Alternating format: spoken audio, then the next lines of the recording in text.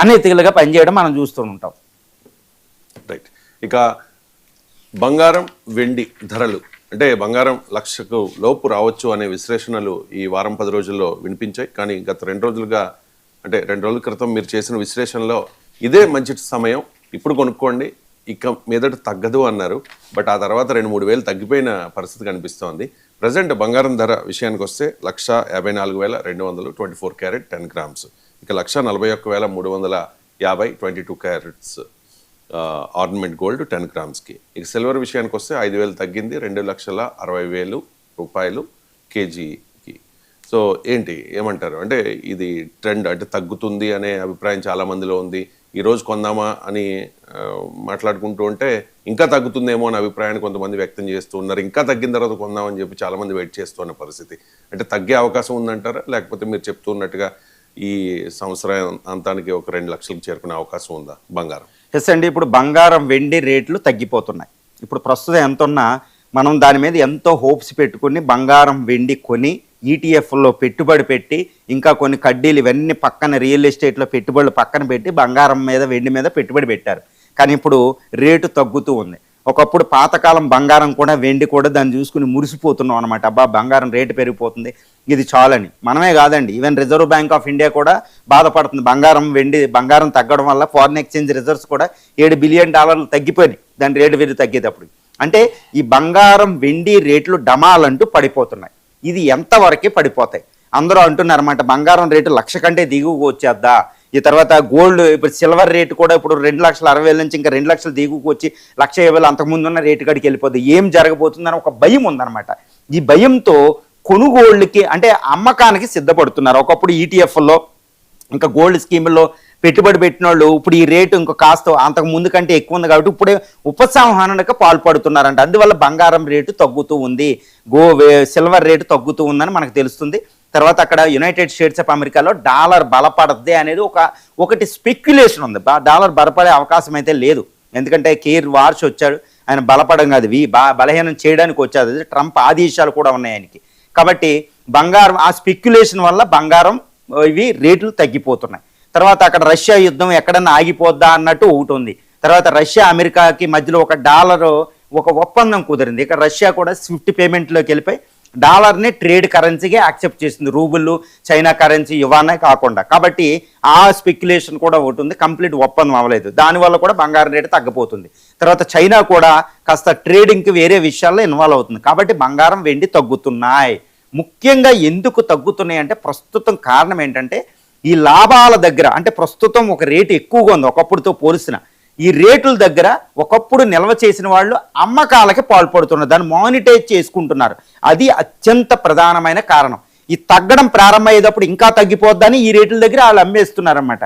అది అత్యంత ప్రధానమైన కారణం. కానీ ఒక్కటి గుర్తుపెట్టుకోండి, ఈ బంగారం రేటు ఇప్పుడు ఉన్న దానికి అంటే ఇంకా తగ్గిపోద్దా అంటే ఎట్టి పరిస్థితుల్లో తగ్గదు. ఇంకొక 5,000 తగ్గవచ్చు, ఒక 10,000 తగ్గవచ్చు.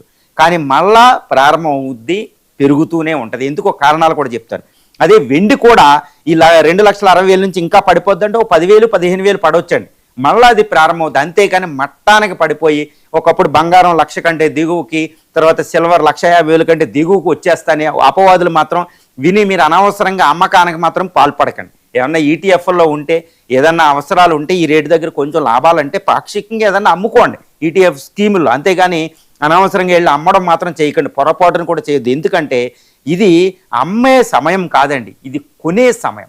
బంగారం వెండి ఇప్పుడున్న రేటు కంటే ఇంకా కొంచెం తగ్గినా ఇంతకంటే తగ్గదు. డమాలని పడిపోతున్నాయి దానికి విశ్లేషణ తెలియదు అనమాట, ఏ కారణాలో తెలియదు. నేను ఎప్పుడూ చెప్తూ ఉంటా, బంగారం వెండి పెరగడానికి ఒక ప్రపంచవ్యాప్తంగా అంటే ప్రపంచ రాజకీయాలు, జియో పాలిటిక్స్, ఫైనాన్షియల్ ఇష్యూస్, ఆర్థిక సంస్కరణ ప్రభావం, తర్వాత కేంద్ర బ్యాంకుల మానిటరీ పాలసీ, బడ్జెట్లు ఇచ్చిన కోశ విధానాలు ఇవన్నీ ఉంటాయి. ఇది ద్రవ్య విధానం, కోశ విధానాలు, తర్వాత ఇండివిజువల్ కంట్రీస్, బంగారం ఉత్పత్తి, బంగారం డిమాండ్, తర్వాత సిల్వర్కి సంబంధించవలసి వస్తే సిల్వరు ఈవెన్ జ్యువెలరీలు ఎక్కువ ఉపయోగించరు బంగారం లాగా.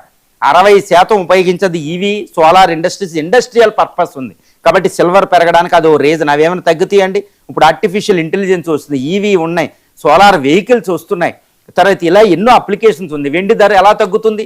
తర్వాత బంగారం వెండి ఉత్పత్తి చేసే దేశాల్లో ఉత్పత్తి పెరిగే అవకాశం లేదు. కొత్త మైన్స్, సిల్వర్, వెండి గనులు, బంగారపు గనులు ఎక్కడా లేవండి. కొత్తగా ఎక్కడా లేవు. ఉన్న గనుల్లోంచే తీయాలి.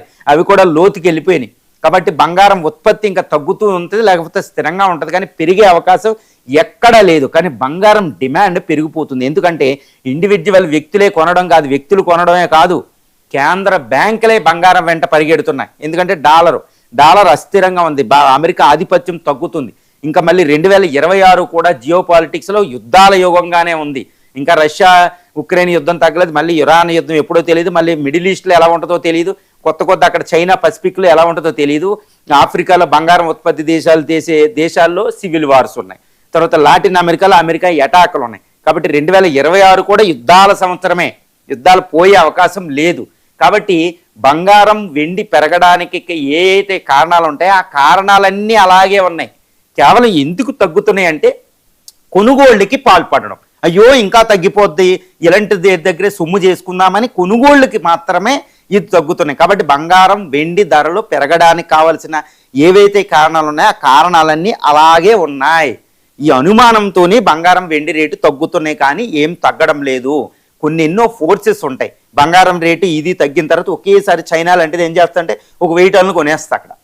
ఎన్ని కేంద్ర బ్యాంకులు అలాగే ఎన్నో ఉంటాయి, స్పెక్యులేషన్స్ స్టాక్ మార్కెట్లో. అలాంటి అనుమానాల వల్లే తగ్గుతుంది. అక్కడ ట్రంప్ డాలర్ని బలహీనం చేసి ఎంప్లాయ్మెంట్ పెంచి తర్వాత ఎక్స్పోర్ట్స్ని పెంచడానికి ట్రంప్ అక్కడ అధికారంలోకి కొత్త జారెన్ పావెల్ ప్లేస్లో ఆయన తీసుకొచ్చాడు. డాలరే ప్రపంచంలో బంగారం వెండిని నిర్ధారించే అతిపెద్ద కారణం అనమాట. అదే ట్రంప్ అక్కడ వ్యక్తి ఉండగా డాలర్ బలహీనంగా ఉంటే బంగారం వెండి రేట్లు పెరుగుతూ ఉంటాయి. కాబట్టి ఈ బంగారం వెండి రేట్లు ఎంతో బాగా మట్టానికి వెళ్ళిపోతాయి, తగ్గిపోతాయి అనే విశ్లేషణ ఎవ్వరూ నమ్మొద్దు. కనీసం మీ దగ్గర ఉన్న ఒకవేళ మీరు కొన్న రేటు కంటే ఒకప్పుడు 2,90,000 సిల్వర్ ఉన్నప్పుడు మీరు కొన్నారు అనుకోండి, అయ్యో ఇప్పుడు 2,60,000కి వచ్చి నేను 30,000 లాస్ అయిపోయాను ఈ సిల్వర్ కొని అని ఎవ్వరు అనుకోకండి. మళ్ళీ అవి పెరుగుతాయి, ఓపిక్గా ఉండండి. అంతేగాని ఇంకా పోయి ఈ లాభం కనీసం ఈ లాభం అయినా ఉంటుంది, ఈ రేటు కూడా పోద్దనేసి అమ్మకానికి పాల్పడకండి. ఏదైనా అవసరం ఉంటే పాక్షికంగా అమ్ముకోండి. గోల్డ్ ఈటీఎఫ్లు ఉంటే సాక్షికంగా మీ లాభాలను స్వీకరించండి, అంతే, నష్టాలను కాదు. అలాగే ఉంచుకోండి.